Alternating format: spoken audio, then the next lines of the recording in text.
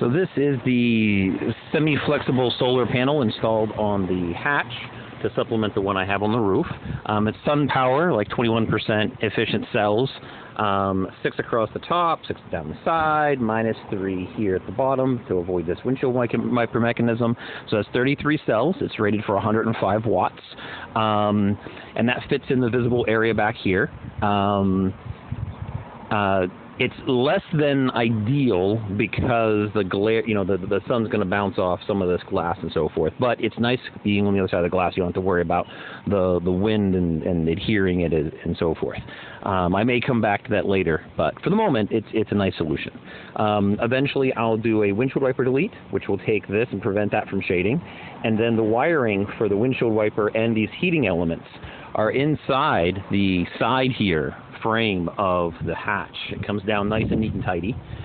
So I'll be able to eventually move this wiring over into that and get that all tidied up. This, because it's a semi-flexible panel, it will flex if you let it and fall down. So instead, like a piece of paper, when you turn, it kind of cups into like a dome-ish cone, half cone kind of thing. And so as long as I have the ribbing holding that up like that, it keeps it in place. I'm going to be replacing those temporary ones with something like this I'm working on. It's going to be like Lexan.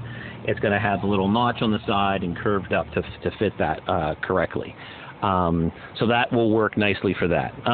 For visibility, it's actually not a problem at all because this rear window sees the stuff right back here at the very back of the car out to, say, maybe a car length or so. And then because this car, I don't know how you can see it, it tapers toward the back end of the car. The back end narrows in. Now, with that combined with the side rear view mirrors, what ends up happening is you end up getting a focal point back here where the passenger side mirror overlaps the field of view from the driver's side view mirror, and so you end up being able to see everything further back from you than, say, car like 1.5 car lengths or 2 car lengths. At some point, that focal length overlaps, and so a fairly short distance behind you, you just see everything behind you from the side view mirrors perfectly fine. And then the side you can see fine because you got your front and that, so that gives you plenty of visibility on both the sides for that too. So so far so good. We'll see how it works. I just installed it at the beginning of the month.